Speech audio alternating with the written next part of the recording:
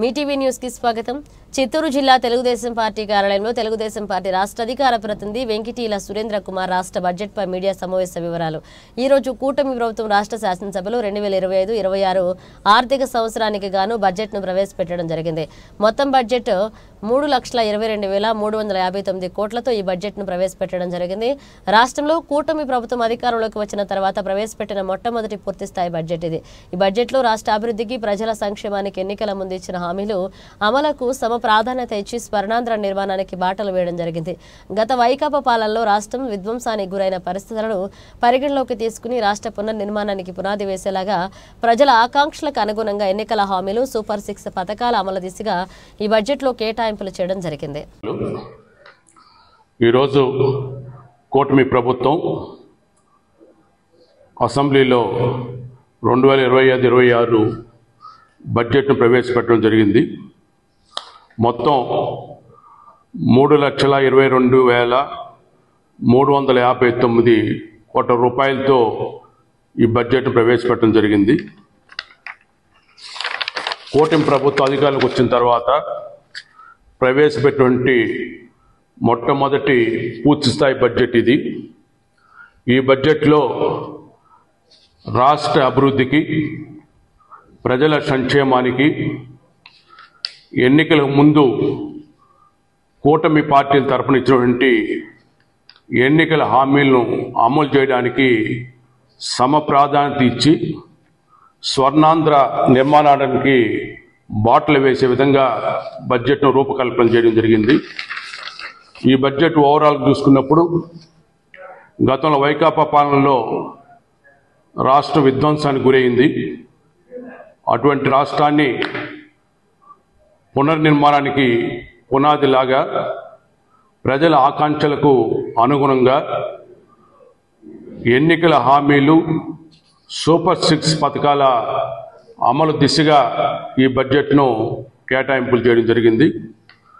ముఖ్యంగా ఈ అభివృద్ధి కార్యక్రమాలతో పాటు ప్రజల సంక్షేమానికి సమ ప్రాధాన్యత ఇవ్వడం జరిగింది. అందులో ప్రధానంగా తీసుకున్నప్పుడు బీసీల సంక్షేమానికి 47,456 కోట్లు, ఎస్సీల సంక్షేమానికి 20,281 కోట్లు, ఎస్టీల సంక్షేమానికి 8,159 కోట్లు, మైనార్టీల సంక్షేమానికి 5,434 కోట్లు, ఈడబ్ల్యూఎస్ వర్గాల సంక్షేమం కోసం 10,619 కోట్లు కేటాయించి రాష్ట్రంలో బడుగు బలహీన వర్గాల అభివృద్ధికి బాటలు వేసే విధంగా కూడా కేటాయింపులు చేశాం. అదేవిధంగా ప్రాధాన్యత రంగాలకు అన్నిటి కూడా మంచి కేటాయింపులు జరిగింది. ముఖ్యంగా విద్య పరంగా చూసినప్పుడు పాఠశాల విద్యకు 31,805 కోట్లు, ఉన్నత విద్యాశాఖకు 2,506 కోట్లు, ప్రజారోగ్యం కోసం వైద్య ఆరోగ్య కుటుంబ సంక్షేమానికి 19,264 కోట్లు, అదేవిధంగా వ్యవసాయ అనుబంధ రంగాలకు 13,447 కోట్లు. గతం రోడ్లన్నీ నాశనం అయిపోయినప్పుడు రహదారుల నిర్మాణానికి కూడా మంచి ప్రాధాన్యత ఇవ్వడం జరిగింది. అందులో భాగంగా కూడా R&Bకి 8,785 కోట్ల రూపాయలు కేటాయించడం చేశాం. అదేవిధంగా సూపర్ 6 పథకాల అమలు కోసం కూడా బడ్జెట్లో కేటాయింపులు చేయడం జరిగింది.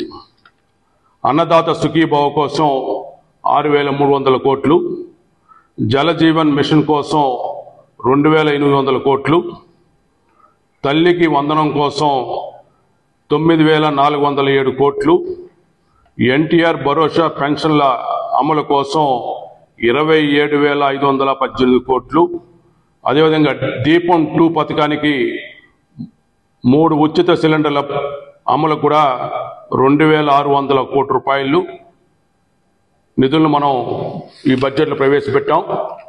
దీని ద్వారా వైకాపా నాయకుల విమర్శలకు సమాధానం సూటిగా చెబుతున్నాం.